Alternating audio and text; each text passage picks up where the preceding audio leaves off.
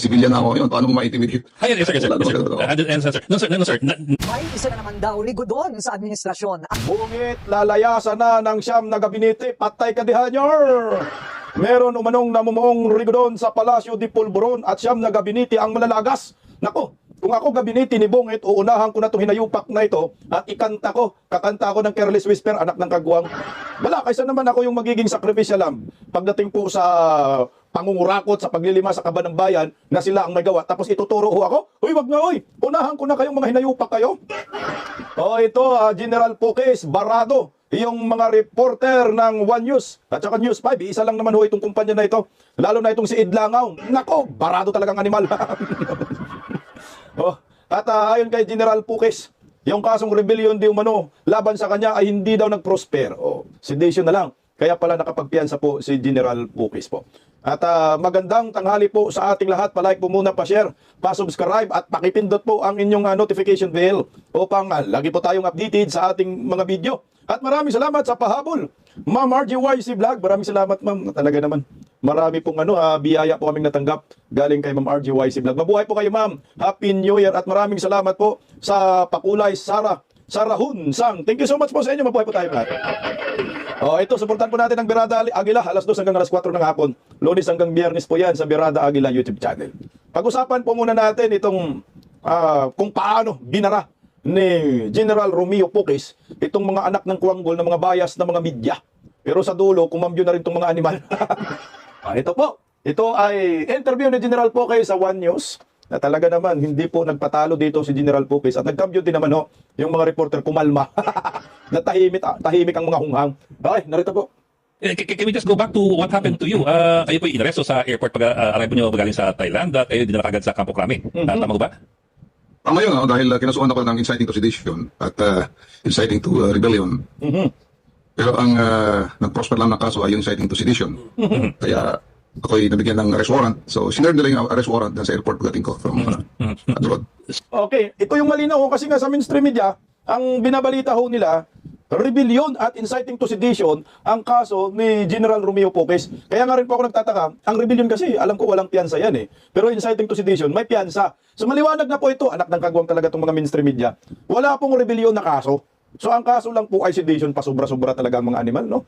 So walang rebellion maliwanag po, hindi nagpo-prosper. Kinasuhan, pero hindi nagpo-prosper. Yung pagka-aresto dahil lang po sa inciting to sedition at galing sa bansang Thailand si General Romeo Pukes. Ang alam mo kasi akala ko galing Hong Kong. So galing bansang Thailand po ito. Maliwanag po yan mga bayad na media, walang rebellion, sedition lang. Okay, tuloy. So what's the next step, sir? What is going to happen now? Yeah, okay. Of course, yun nga, nakapag-bail ako for my liberty.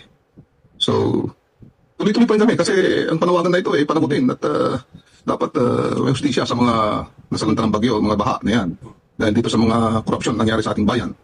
Wala pa mga congressman, mga matataas na tao na panagot Kaya nga, tuloy-tuloy pa rin kami sa aming panawagan, sa aming paghahayag ng aming sentimiento na dapat talagang mapanagot itong mga nakaw ng mga billion-billion na ng pera ng taong bayan. Yes, sir. But sir, what I mean is, what's the next step now as far as the process of your case is involved? Yung case, okay, sorry. Yung case ay, of course, ang susunod na proseso dyan ay arraignment. So, may schedule na arraignment yan. Of course, babasahan ako ng charge sa akin whether ako ay mag-plead ng guilty or not guilty. Apo. Sir, ang allegation po, again, Ito na ang na. Okay. Dito na po binara ni General Pukes itong si Idlangaw. Alam naman natin itong mga reporter na itong mga dilawan ito. So yung in-interview nila supporter ni Tatay Digong. Bisaya rin pala itong si General Pukes sa pagkakaalam ko. So ito na ho yun. Pinag-uusapan yung kaso kung bakit siya na-aresto, ano pong kaso, ano yung dahilan kung bakit nakasuhan po siya ng inciting to sedition. O ito, mali-mali yung balita kaya barado dito si Idlangaw. you, I understand from the prosecutors and from the government prosecutors, is supposedly that you incited the people into committing seditious acts. In particular, ang sasabi yata nila yung November rally. Ito na yun. I'm certain kung ano. Hindi, mali yun kasi ito nga to sa mga ibang mainstream media, mali yun Ang aking charge ay dito sa ating mga Facebook post. Sa sarili lang seditious, hindi doon sa rally na yun. Okay? So, yun nga.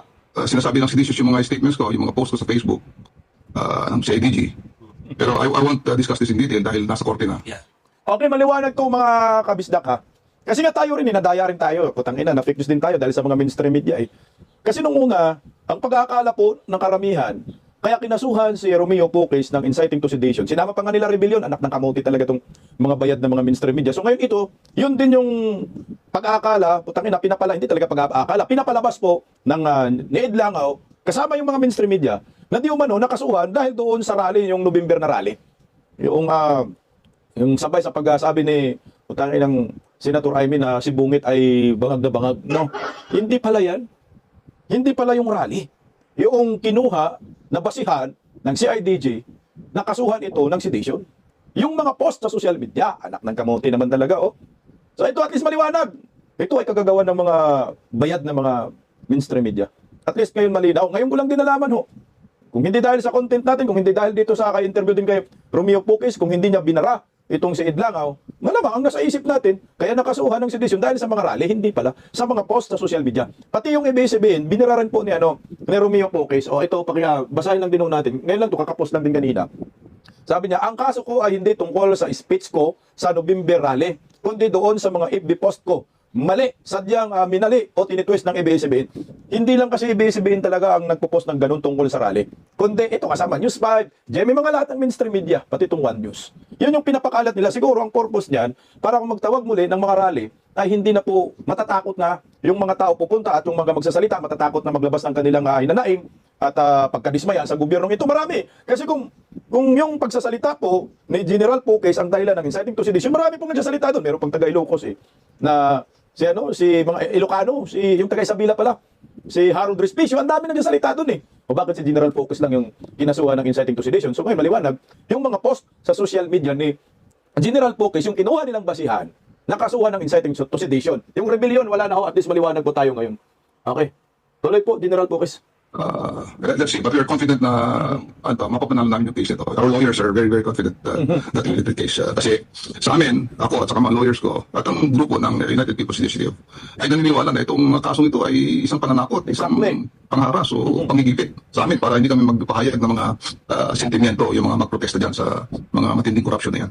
Tama po kayo dyan, General Puques, wala na pong iba. Kailang bisis ko na rin po yan sinabi, no? Nag-post na rin ako sa FB, komentaryo natin sa Berata Aguila. Talagang ito po ay pananakot lamang. Ang purpose nito, ikaw na nagkikriticize ka sa gobyernong Marcos, pag magsabi ka, BBM resign. Pag magsabi ka, ikulong ang mga kurakot. Kung magsabi ka, ikulong si Baki, ikulong si Bangag, ikulong si Tambaloslos, kakasuhan ka ng inciting to sedition. Ganon ngayon yung pinapalabas nila, na ginagawa nilang palabigasan at pananakot o ng Palacio de Polvoron ay yung inciting to sedition na kaso. Tayo tinatakot dito. Hindi ho po pwedeng matakot tayo kasi putangina, wala po kaso yung magsasabi ka BBM resign Parte po yun ang tinatawag na freedom of expression at freedom of speech, Article 3. Nandyan po sa babaho ninyo. Kaya huwag tayo matakot tuloy. Pero, kasi sir, syempre, ang understanding namin, kaya kayo kinasuhan, dahil ang gusto niyo raw mangyari, mapapagsak yung current administration. Pakilinaw nga po yan. Especially, Ang tanga nyo kasi. Tingnan mo itong mga reporter, no? Ang kaya kinasuhan daw ng inciting to sedition, yun yung understanding nila. Yun din yung pinapakalat nila.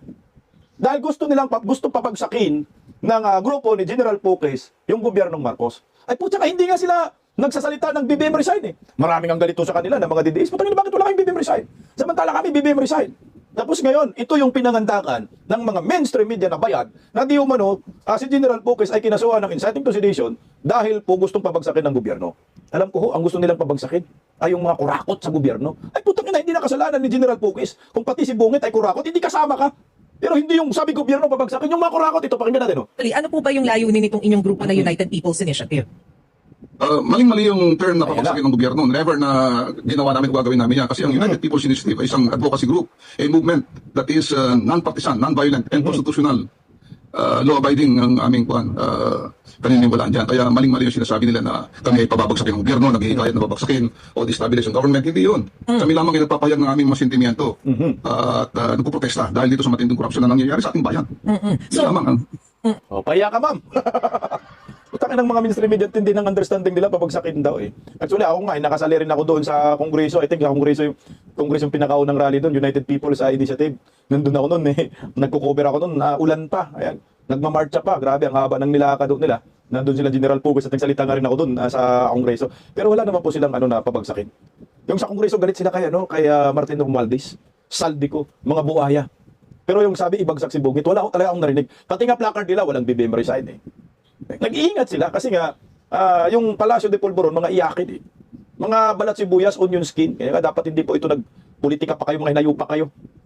Mangingiyak-ngiyak pala kayo kung binabatikos kayo. Alam mo, sa isang bansang demokrasya, ang administrasyon po, meron po talagang anti at pro. Balanse po yan, kaya nga demokrasya po tayo. Hindi po pwedeng lahat uuyon sa'yo. Lalo na itong takbo ni Bangag, anak ng kagwang. Uy, tuloy po. Ang ipinupunto nyo ay yung inyong sentiments against the anomalies, not against the administration. Tama. Ganun po?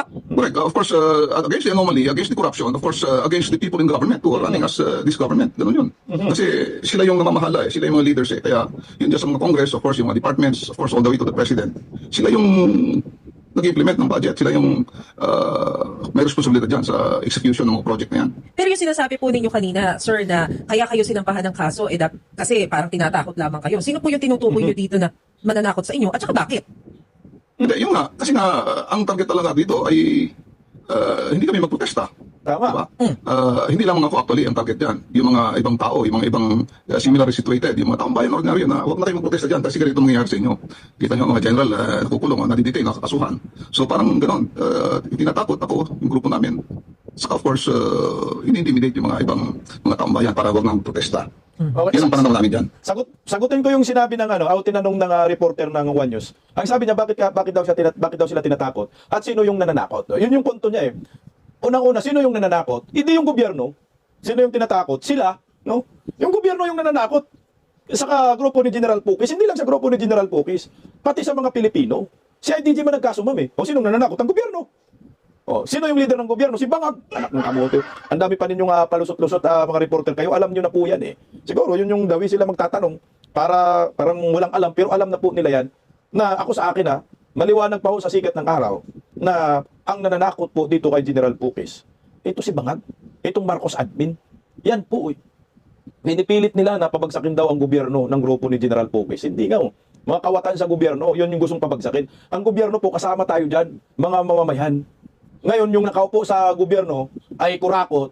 Yan yung ating gustong papanagutin, accountability.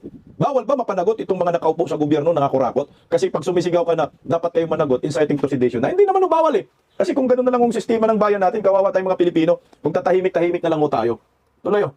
Yan ang pananaw namin dyan. And sino po yung tingin ninyo na nangunguna dito sa sinasabi po ninyong pananakot Si para Bungit. huwag na kayong mag-ilos protesta? Of course, andyan yung Department of Defense, yung Armed Forces, andyan yung Section Department, all the way to the President. President yan ang talagang dyan dahil policy yan eh. Hindi naman mangyayari yan, mga ganyan, pagka walang basbasang top leadership ng ating government. Tama ka dyan, General Pukis. Hindi naman gagalaw yan. Hindi naman kakasuhan yan si General Pukis kung hindi binasbasan ni Baki at ni Bangag. Wala na pong iba. Yan na ho. Kasi sila po ngayon yung nakaladkad sa pagliliwas sa kaba ng bayan. Wala nang paligoy-ligoy ka. Tama yung sinabi mo, General Pukis. Ayan, sinabi niya na si Bangag ang nananakot sa kanya. Wala naman pong iba eh. Alam naman ako. Tuloy, General Pukis. Oh. Sir, so just to be clear, sir, going by what you're saying, the case filed against you is with regard to your Facebook post, your social media post alone. Hindi po wala kinalaman dun sa November rallies where you were also speaking. Yes, that's correct. Kaya mali yung sinasabi nila, ininsist nila na dahil sa mga rally-rally na yan. Hindi. Doon sa Facebook post ko, na sa tingin nila ay, yun nga, seditious. Pero sir, on the other hand, I've also seen Tiga lang, no? Putang na, mag-iingat talaga tayo sa mga post natin, lalo na po tayo mga DDS. Kasi, lalo na sa Facebook, ang bilis kumalat pinapakalat ng mga trolls, kinukulayan. Alam niyo yung nakadagdag ng kaso diyan, yung mga reaksyon ng mga ensaymada vloggers. Yun eh, nire-react nila yung mga comment, pinapasama ka sa comment section. Yun yung nakadagdag. Tapos sinishare ng mga animal. Kaya dito po nadadali tayong mga DDS. Marami na pong kinasuhan ng inciting to sedition ng mga DDS vloggers. Ngayon, pinaka-recent ngayon, si General Pukis. Naputang na, umantong pa sa arestuhan at pinusasan pa. Yan ang maliwanag dyan. Dahil sa post lamang, so walang kinalaman sa rally. Sa rally tayo, anlin ito. Tuloy oh. seen some video of you or clips of you shown on social media. I think it was one of the rallies, not sure if it's November or September, where you were addressing Jel Bronner and calling on him and the other members of the military to withdraw support. Am I correct, sir? Was that what happened?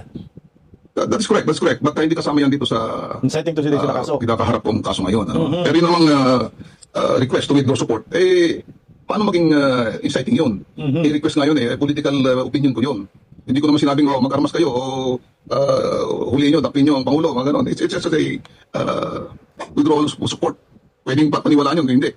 Walang force, walang intimidation, walang violence. So, paano mo masasabing seditious yun o inciting yun?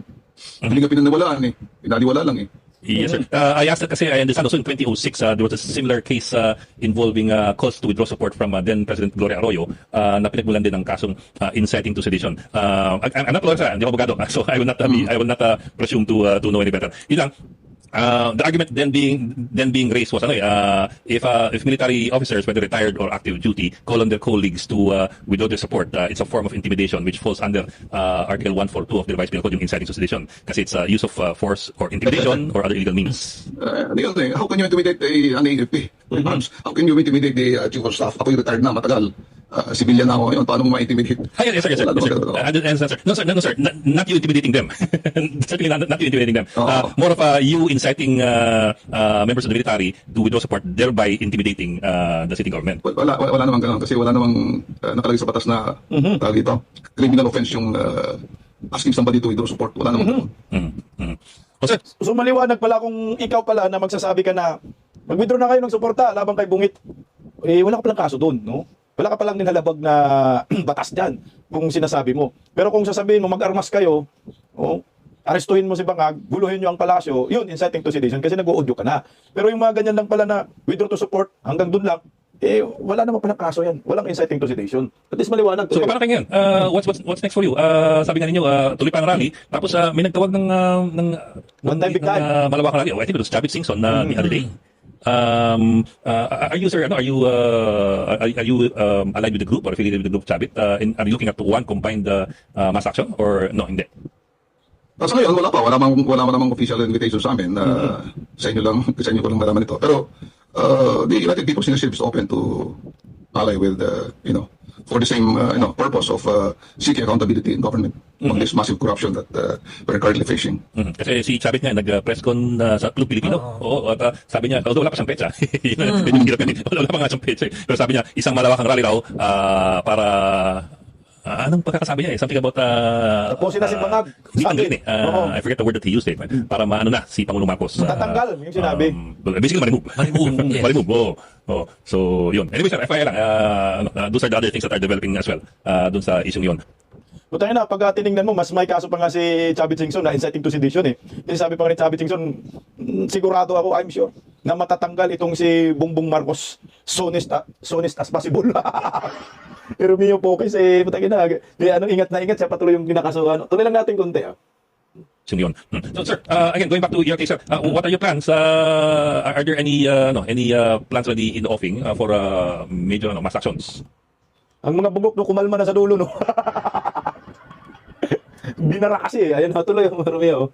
So ngayon, we need to, kasi nga mahaba yung holiday season. Oh, yeah. So, mag-meeting kami and, look into how we were able to pursue our advocacy of, seeking the accountability of those who, stole the people's money. Yun lang. Meron ba kayong concerns or any concerns on your part na baka hindi lang kayo ang kakasuhan Marami daw to sedition? Baka may iba kayong mga kasamahan na baka sampahan din. Meron bang ganung concern? Meron bang ganung agam-agam o paramdam? Meron nagsasabi na yung ibang kasama namin, si General De Leon ay kakasuhan din daw. Si Orly De Leon. And some of the others na hindi naman kagrupo natin. The same, mga leaders ng mga protest groups. So again, this only shows na ano ba ito? Parang mali. Kasi ang dapat kasuhan, ang dapat ikulong, dapat i-detain ay yung mga nagnakaw sa bayan, yung matagal natin naantay. Hindi ito mga nagpuprotesta na maayos. Ginagaranti ng Constitution natin yung Freedom of ventilation expression of grievances against government. Hindi naman bawal yan eh. It's a political exercise. Pero again, nakakalungkot lang dahil sa amin nakafocus yung kuwan ng gobyerno. Dapat i-focus nila dyan sa mga nagnakaw ng mga billion-billion na yan sa gobyerno. Tama. Yan dapat ang unang makasuhan, makulong. Mga congressman na yan. Hanggang ngayon, wala pa. Sabi, before New Year, before Christmas. Tapos ng New Year, wala pa rin. So dapat dapat mag-focus ang government. Hindi sa amin. Sir, Magpindilig. pati kami sa naghintay dun sa ano. Okay. animal. Wala pa rin. Yun na nga. Sir, So everybody wants accountability. Mapanagot yung mga nagnakaw sa gobyerno. Sir, I know you're already retired, no? Pero syempre may mga naririnig ka pa rin namang information na nangyayari doon sa loob. I wonder kung meron po kayong nahihimigan pa rin ng mga unsatisfied uniformed personnel doon sa nangyayari ngayon. Especially, kasi di ba yung mga nakakalipas na buwan, matunog yung issue ng destabilization. Although humupa na rin naman, hindi na rin naman nag-iingay ngayon. Pero baka po may nauulinigan kayo ng mga unsatisfied. Marami talaga, yung mga pulis, mga military, Pilipino rin yung mga yan eh. Di ba? May mga pamilya rin yung mga yan, may mga anak, may mga ganon. So, lahat naman tayo, kasi matindi itong corruption na ito eh. Kung hindi ka nagagalit sa ganyang klaseng corruption, Hindi ka Pilipino. bilyon-bilyon, trilyon na nga, hindi ka Pilipino. Tama. Pinapayaran mo lang ba na ganun? Walang gain, lapastangin, mga ganun. Yung mga taong pinagkatiwalaan natin, yung mga Binoto. taong binoto natin para pagserbisyon tayo. Anong ginawa? Sa halip na serbisyon tayo, Nakaw. huwag na lang yapa tayo. Sinira nilang tiwala natin, nagtaksil sila sa tiwala ng taong bayan. Ninakaw ang pera ng taong bayan. Paano kung ganun? So yun, yung mga sundalo at pulis, Marami talagang mga uniform personnel, active or retirado, ang dismayado na. Kahit sino, putang ina, kung ganito naman ang takbo ng ating gobyerno, may nagnakaw, nangungurakot, hindi nakakasuhan, hindi napaparusahan. Yung mga sumisigaw ng dapat makulong ang mga kurakot, yan tuloy yung kinakasuhan, yan tuloy yung pinupusasan. Kaya nga sabi po ni General Pukis yan, kasi may nagsabi, bakit nagpapapusas ka, General Pukis? Kasi military siya, di ba? Oh. Sabi, meron nagsabi sa akin na bakit daw ako nagpapapusas general ako. Sabi niya, hindi ako ang pinusasan, kundi ang demokrasya sa ating bansa mismo. Yung malayang pamamahayag, yung gusto mong managot ang dapat managot, yan talaga yung, putang ina, yun yung pinusasan ho nila, yung freedom of speech, yung demokrasya. Naghanap po kasi ako ng mga post na, ano ba talaga yung post ni General Pukis kung bakit nakasuhan siya ng inciting to sedition. Maraming post Pero nagsabi, ito yung post niya bago siya inaristo. Pero yung kaso kasi na inciting to sedition, medyo nauna na yon kaysa post na yon. Meron na akong nakita ito galing sa kanyang social media. Pakinggan po natin, baka ho ito. my fellow cavaliers, brothers and sisters in the long gray line, hear this, not with your rank, but with your conscience. Our country is bleeding and it needs our help. A cancer of massive, pervasive, and mafia-like corruption has spread across the entire government, robbing our people of lives, homes, livelihood, and even hope. Draining our treasury, burying us in debt, driving investors away, dragging our nation toward economic collapse, and inflicting more pain and misery on millions of our struggling fellow citizens. And the harsh truth is this: corruption thrives because too many good men and women choose to remain silent. But we, PMA graduates, were not raised to be silent. We were forged into an ideal under one sacred banner: courage, integrity, loyalty. We swore an honor code that says, we will not lie, we will not cheat, we will not steal, nor tolerate those who do. Yet today, by our silence, we have tolerated the liars, we have tolerated the thieves, we have tolerated those who plunder our nation. What happened to the courage we once carried with pride? What happened to the loyalty we pledged to the Filipino people? What happened to the integrity we said was non-negotiable? My fellow cavaliers, this is the moment when the country looks to us again, not for power, not for force, but for moral leadership. Let our indignation be heard. Let our outrage be unmistakable. Let us prove that the PMA still produces men and women whose integrity cannot be bought or silenced. Let's stand up, speak up, let us reclaim the honor that shaped all of us. And so I end with one challenge, a challenge that we all know only a true cavalier can answer. Are you all right, sirs? Mabuhay ang sambayanang Pilipino. Mukhang yan yata, mga kabistak, yung mga post na yan kasi medyo mabigat na yung mga sinasabi niya dyan. Hindi natin alam kung yan ba, pero talagang baon na baon yung kanyang mga panawagan dyan sa ating mga Pilipino, hindi lang po sa mga ordinaryong Pilipino, kasama po ang mga uniform personnel. Kaya ito po mga kabisdak, mukhang lalayasan na po si Bungit ng siyam na gabinete. Meron umanong namumungurigo doon sa Palacio de Pulburon. Patay tayo dyan! Pakinggan natin ang balitang ito. Pasok! May isa na naman daw rigo doon sa administrasyon at siyam na cabinet officials ang posibleng malaglag umano. Ano naman kaya ang sagot ng Malacanang dito? Narito ang agenda report ni Leanne Busquillos. Siyam? Kapapasok pa lang ng bagong taon, tila may panibagong balasahan na naman sa gabinete ng Pangulo ayon sa Politico.com. Dahil sa pagbagsak ng Trust and Approval Rating si PBBM, malakihan ang cabinet shake-up at siyam na kalihim ang nanganganib umano. Kabilang sa siyam na ahensya ang Departments of Health, Education, Foreign Affairs, Tourism, Transportation, Information and Communications Technology, Dami. Public Works and Highways, Economy, Planning and Development at Bureau of Customs. Pero sa siyam na ito, si Health Secretary Ted Herbosa umano ang nasa pingit ng pagkakatanggal. Ayon sa source ng Politico, basihan daw ng Pangulo ang mga kontrobersya sa DOH, bunsod ng sunod-sunod na reklamo laban kay Herbosa. Sa ngayon, may mga nakabinbin na reklamo laban kay Herbosa, kabilang ang complaint ng Alliance of Health Workers dahil umano sa unauthorized release ng 44.6 million pesos worth of psychiatric drugs sa Rotary Club ng Quezon City na hindi naman lisensyadong maglabas ng mga gamot. Nang tanongin ng Malacanang, wala pa raw nakakarating na ganitong balita sa kanila. Pero dahil dati naman nang sinabi ng palasyo na under constant review ang performance ng cabinet secretaries, We are making our performance at the discretion of the President. So, depende na po yan kung ano po ang makikita ng Pangulo. Pero as of now, wala po, Putang po ina, tayo dyan na naman napagkitaan, wala po itinarating Chappy. na magkakaroon po ng cabinet revamp. matatandaan na ang latest VP sa gabinete ng Pangulo, sina dating Executive Secretary Lucas Bersamin at Budget Secretary Amena Pangandaman noong November 2025 ay kasunod ng aligasyon ng kanilang pagkakadawit sa flood control corruption scandal. Ayon sa source na politiko, damage control ang tinitignan ng Pangulo sa umano'y nagbabadyang balasahan. Para sa agenda, Liam Bustillos, Billionaire News Chat. So may tanggalan talaga, no? Alam mo kung ako gabinete ni Bungit, unahan ko na tong animal. Oo. Nasaan ka na, Amina Pangandaman, kumanta ka na, kakanta talaga ako. Kaya katanggalin ako. Kasi alam na natin, ganun ang gagawin nun nila. Mamimili sila ng sacrificial lamb. Siyam yan ha, ng gabinet secretary. Sisirain ka nila yan. Gawin ko yung ginawa ni Bunuan din. Oh. Lumayas ako hanggang ngayon, hindi pa babalik. Pero putang ina, bago ka lumayas, siguraduhin mo muna na kukanta ka. Paglayas mo, gawa ka na ng video. Gawa mo ng video, layas ka na. Punta ka na sa ibang bansa. Pag nandun ka na sa ibang bansa, mag-post ka na. I-post mo yung video mo, ikanta mo lahat. Martin Romualdez, Bongbong Marcos, sino ba yun?